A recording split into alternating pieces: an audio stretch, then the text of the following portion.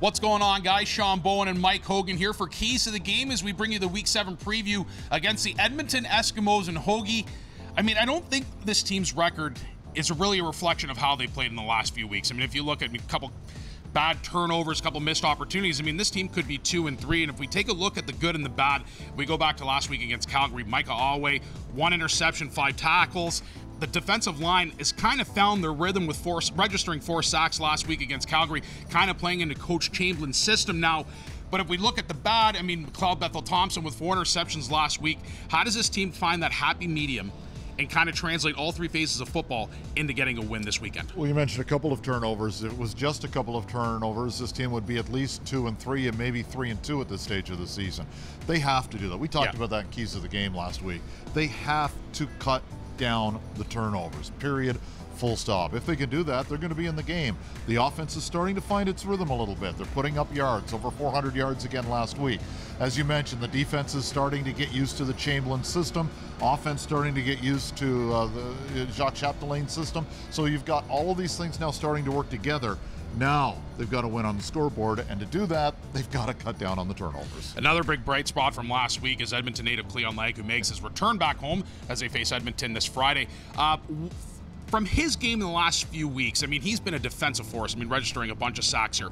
What have you seen from him that you really like, just besides the sacks alone? Just the effort. You know, even when the team was down on the scoreboard, he was playing like it was a scoreless game.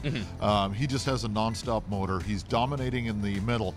And if you can get quarterback kills from the middle, you're really doing something, because that's going to open up the edges a little bit more. If you don't double team Cleon Lang at this stage, you're probably going to get beat, and that's a big advantage in Corey Chamberlain's system. He certainly looks like he is sparked and ready to go for this weekend. I mean, I'm assuming he's probably going to be hit up for a bunch of tickets, especially going back home, so he might be playing this game for free, as it looks like. If we go to the other side of the ball and we go now to Edmonton and Trevor Harris, I mean, last week 0 touchdowns against Montreal.